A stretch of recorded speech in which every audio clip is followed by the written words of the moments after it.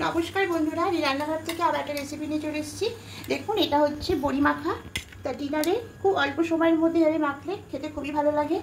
আর যদি বন্ধুরা আমার রেসিপিগুলো আপনাদের ভালো লেগে থাকে অবশ্যই কমেন্টে জানাবেন। আর নতুন বন্ধুদের কাছে অনুরোধ রইল সাবস্ক্রাইব করে পাশে থাকার জন্য।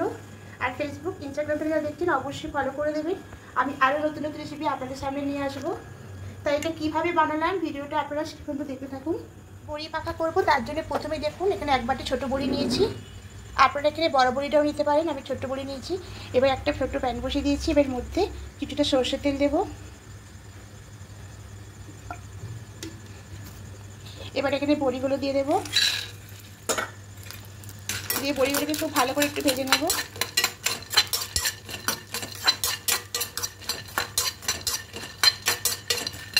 ভাজা হয়ে গেছে, দেখুন তেলগুলো সবটা টেনে নিয়েছে। তা খুব অল্প পরিমাণে তেল দিতে হবে, যেটুকু বড়িতে লাগবে। এবার এটাকে নামিয়ে নেব।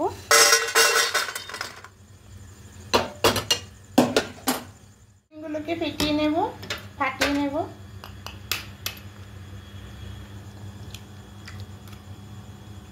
এখানে আপনারা 3টে ডিমও নিতে পারেন, একটাও করতে পারেন।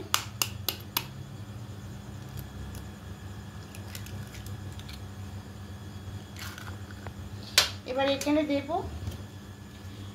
লবণটা পরিমাণ মতো দেব, আর দেব গোলমরিচ পাউডার। দিয়ে খুব ভালো করে ফেটিয়ে নেব। সামান্য একটু তেল দিয়ে দেব।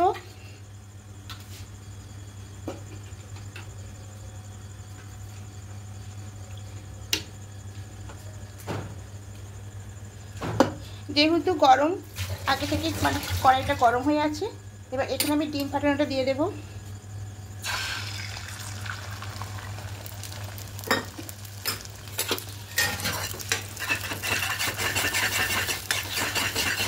এইভাবে করে ভেজে ভুজিয়া মতো করে নেব।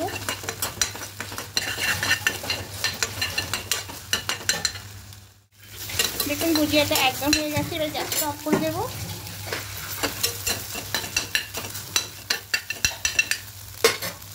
বড়িটাকে একটু ভেঙে নেব। আমি এখানে নড়া দিয়ে ভাঙছি, আপনারা হামানটুসি দিয়ে ভাঙিয়ে নিতে পারেন। খুব বেশি গুঁড়ো করবো না, একটু ভাঙা ভাঙা করে নেব। করে একটু ভেঙে নেব। এবার এখানে কিছু উপকরণ দেব। পেঁয়াজ কুচি দেব, লঙ্কা কুচি দেব, লবণ দেব, সর্ষে তেল দেব,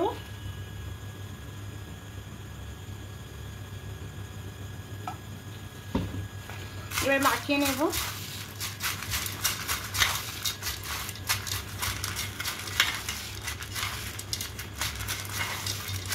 খুব ভালো করে মাখিয়ে নিয়েছি।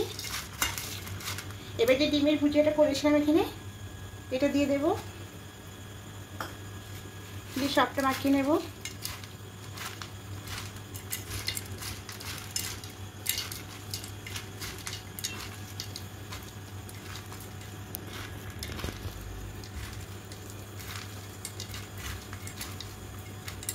মাখানো হয়ে গেছে। এবার ধনেপাতা কুচি দিয়ে দেবো, দিয়ে মাখিয়ে নেব। আবার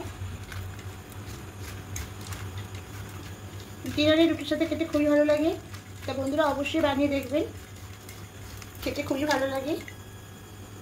এবার উপর দিয়ে ধনেপাতা কুচি সরিয়ে দেব। দেখুন একদম রেডি হয়ে গেছে বড়ি মাখা।